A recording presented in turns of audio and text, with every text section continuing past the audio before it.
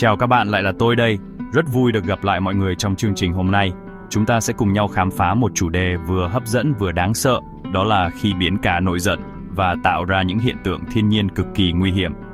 Hôm nay, chúng ta sẽ khám phá một hiện tượng thiên nhiên cực kỳ đáng sợ, sóng thần. Sóng thần là một trong những thảm họa tự nhiên có sức tàn phá khủng khiếp nhất mà con người từng chứng kiến. Chỉ trong vài phút, nó có thể thay đổi hoàn toàn diện mạo của một vùng đất ven biển, cuốn trôi mọi thứ trên đường đi của nó. Sóng thần không phải là những con sóng bình thường do gió tạo ra, mà là sự dịch chuyển của cả một cột nước khổng lồ từ đáy biển lên mặt nước. Nguyên nhân chủ yếu gây ra sóng thần là động đất dưới đáy biển, núi lửa phun trào hoặc thậm chí là sạt lở đất dưới nước. Khi một lực lớn tác động lên đáy đại dương, nó đẩy một lượng nước khổng lồ lên trên, tạo thành những con sóng di chuyển với tốc độ cực nhanh. Khi ở ngoài đại dương, sóng thần chỉ cao khoảng 1 mét, di chuyển âm thầm với tốc độ máy bay phản lực lên tới 800 km/h. Điều này khiến nó gần như không thể nhận biết bằng mắt thường khi còn ở xa bờ. Tuy nhiên, khi sóng thần tiến gần đến bờ biển, nước nông dần làm chậm tốc độ của sóng, khiến năng lượng bị dồn lên cao, tạo thành những bức tường nước khổng lồ, có thể cao như một tòa nhà chọc trời. Sức mạnh của sóng thần đủ để phá hủy cả một thành phố chỉ trong phút chốc. Những con sóng này có thể cuốn trôi nhà cửa, xe cộ, thậm chí là cả những công trình kiên cố.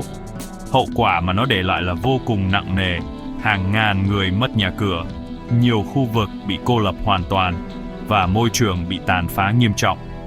Hiểu về sóng thần là cách tốt nhất để bảo vệ bản thân và cộng đồng trước sức mạnh không thể kiểm soát của thiên nhiên. Việc nhận biết các dấu hiệu cảnh báo sớm như nước biển rút bất thường hoặc động đất mạnh có thể giúp chúng ta kịp thời sơ tán và giảm thiểu thiệt hại. Ngoài ra, các chương trình diễn tập phòng chống sóng thần cũng đóng vai trò rất quan trọng trong việc nâng cao ý thức cộng đồng. Hãy cùng tôi đi sâu vào bí ẩn của những con sóng khổng lồ này để biết cách đối diện thông minh và bình tĩnh nhất.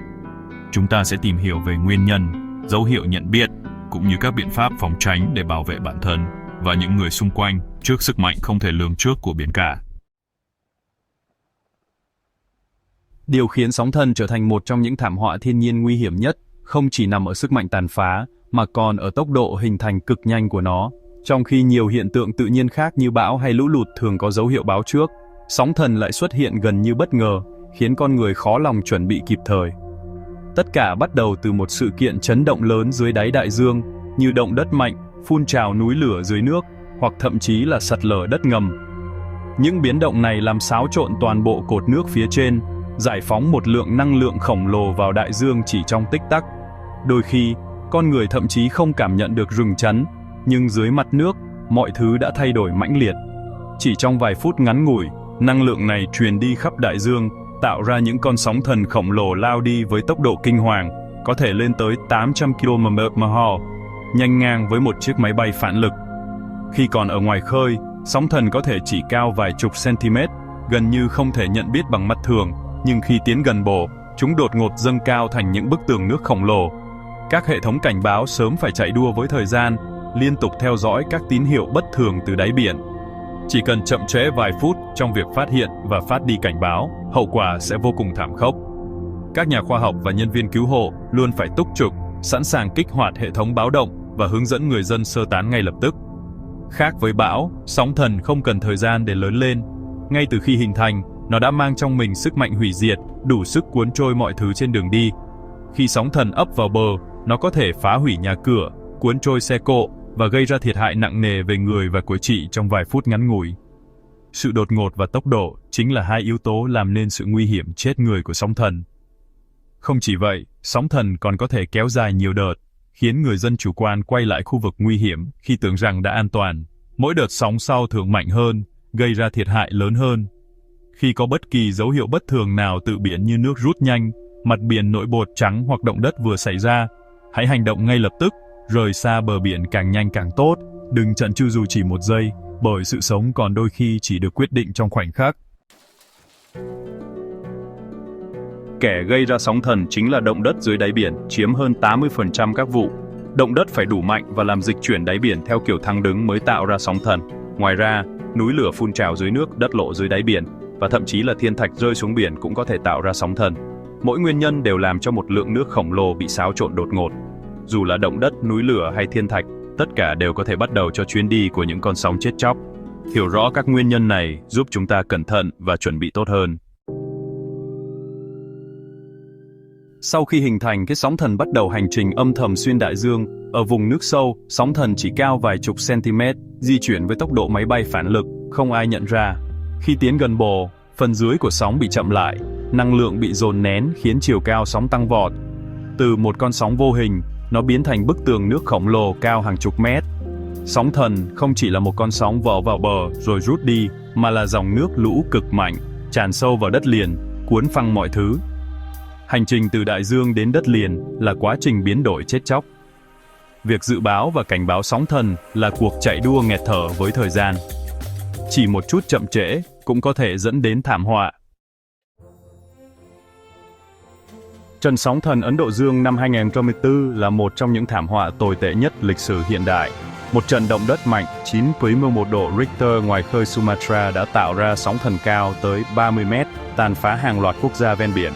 Hơn 230.000 người ở 14 quốc gia đã thiệt mạng chỉ trong vài giờ. Vào thời điểm đó, khu vực này không có hệ thống cảnh báo sóng thần, người dân hoàn toàn không được chuẩn bị. Biến rút can bất thường trước khi sóng ập đến là dấu hiệu tử thần mà nhiều người không nhận ra. Thảm họa này đã thúc đẩy việc xây dựng hệ thống cảnh báo và nâng cao nhận thức cộng đồng về sóng thần.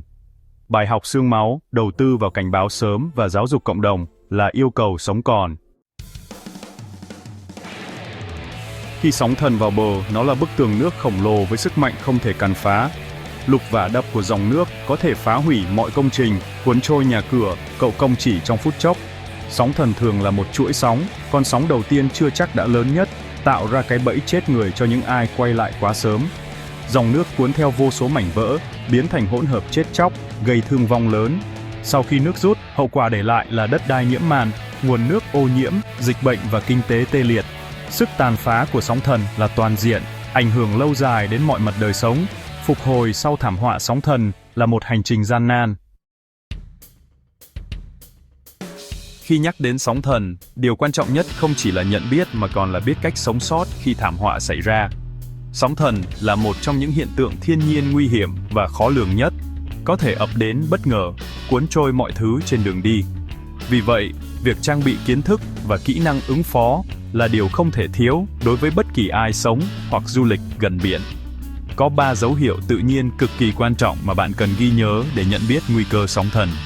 Thứ nhất, cảm nhận được động đất mạnh ở khu vực ven biển, dù chỉ trong vài giây cũng không được chủ quan. Thứ hai, nước biển bất ngờ rút xa khỏi bờ để lộ ra đáy biển hoặc các sinh vật biển mắc cạn. Đây là dấu hiệu cực kỳ nguy hiểm. Báo hiệu sóng thần có thể ập đến trong vài phút. Thứ ba, nghe thấy tiếng gầm lớn, âm thanh lạ phát ra từ phía biển. Dù trời yên sóng lặng cũng không được chủ quan. Đó có thể là tiếng sóng thần đang tiến gần với tốc độ khủng khiếp.